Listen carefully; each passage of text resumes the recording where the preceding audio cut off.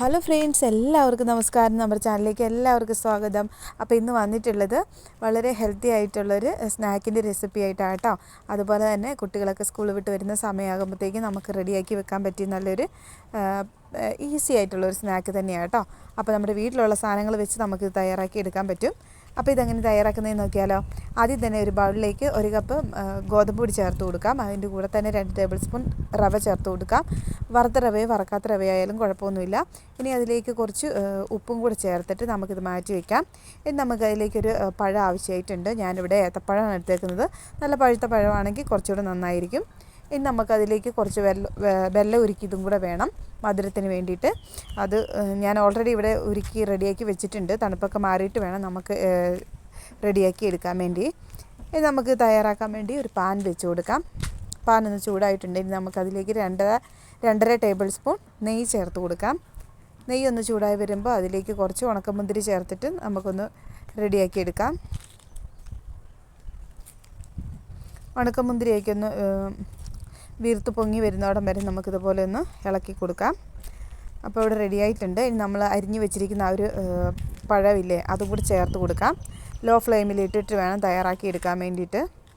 ഇനി നമുക്ക് നന്നായിട്ട് ഒന്ന് ഇളക്കി കൊടുക്കാം. ആ നെയ്യ് കിടന്ന ആ പഴമൊക്കെ നന്നായിട്ടൊന്ന് റെഡിയായിട്ട് വരാൻ വേണ്ടിയിട്ട് നമുക്ക് ഒന്ന് ഇളക്കി കൊടുക്കാം.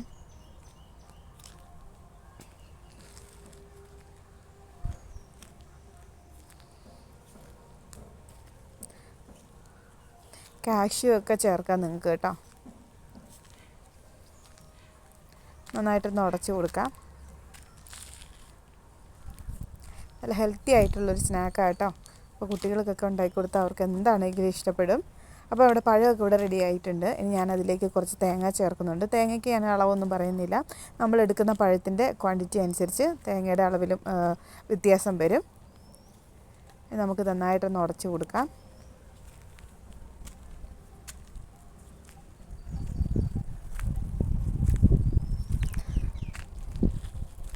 നന്നായിട്ട് ആ ഒരു തേങ്ങയുടെ ആ ഒരു പഴത്തിൻ്റെയൊക്കെ കളർ ചെറുതായിട്ടൊന്ന് മാറുന്നോടം വരെ നമുക്കിതുപോലെ വഴറ്റി കൊടുക്കണം.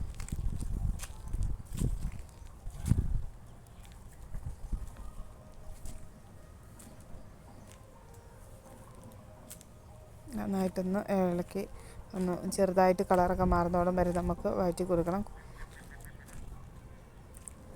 അപ്പോൾ ഇവിടെ കളറൊക്കെ ചെറുതായിട്ട് മാറി വന്നിട്ടുണ്ട്. ഇനി നമുക്ക് നമ്മളെടുത്ത് വെച്ചേക്കുന്ന ആ ഒരു ഗോതമ്പ് പൊടിയുടെ ആ കൂട്ടിലേക്ക് നമുക്ക് കുറച്ച് ഏലക്കാപ്പൊടിയും കൂടി ചേർത്ത് കൊടുത്തിട്ട് വെള്ളം ഉരുക്കി വെച്ചേക്കുന്നത് കുറേശ്ശെയായിട്ട് ഒഴിച്ച് കൊടുത്ത് നമുക്ക് മിക്സ് ചെയ്തെടുക്കാം.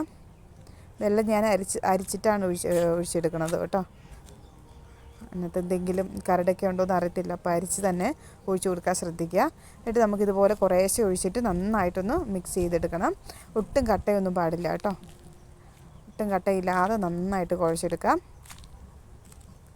ഇപ്പോൾ ഞാൻ കണ്ടില്ല, നമ്മുടെ ബാറ്റർ റെഡി ആയിട്ടുണ്ട്. ഞാൻ നന്നായിട്ട് കട്ടയൊന്നും ഇല്ലാതെ ഇതുപോലെ ഒന്ന് കുഴച്ചെടുത്തിട്ടുണ്ട്. ഇനി നമ്മൾ ഇതിലേക്ക് നമ്മളെടുത്ത് വെച്ചേക്കുന്ന ആ പഴത്തിൻ്റെ കൂട്ട് ചേർത്ത് കൊടുക്കാം. അതും കൂടി ചേർത്ത് നന്നായിട്ട് മിക്സ് ചെയ്തിട്ട് നമുക്കൊരു പാത്രത്തിലേക്ക് ബേക്ക് ചെയ്യാൻ വേണ്ടിയിട്ട് വെക്കാം. അപ്പോൾ ഞാനിവിടെ കേക്കൊക്കെ ബേക്ക് ചെയ്യുന്ന ഒരു പാത്രത്തിലാണ് വെച്ചിട്ടുള്ളത് കേട്ടോ. അടിയിൽ കുറച്ച് നെയ്യ് ഒഴിച്ചിട്ട് കുറച്ച് ഗോതമ്പ് മാവ് ഇങ്ങനെ ഇട്ടിട്ട് തട്ടി കൊടുത്തിട്ടാണ് ഞാൻ ഒഴിച്ച് കൊടുത്തേക്കുന്നത്. ഇല്ലെങ്കിൽ അടി പിടിക്കുമല്ലോ. ഫോയിൽ പേപ്പർ വെച്ചിട്ടില്ല.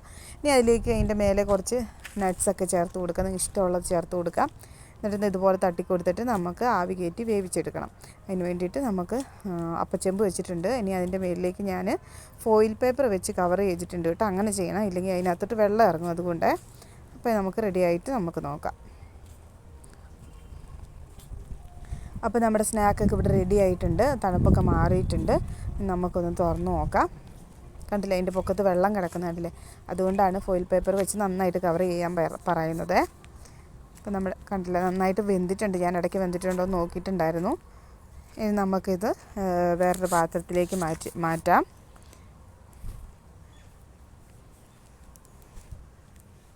നന്നായിട്ട് തണുപ്പ് മാറിയിട്ട് എടുക്കണം, ഇല്ല പൊട്ടിപ്പോകും കേട്ടോ.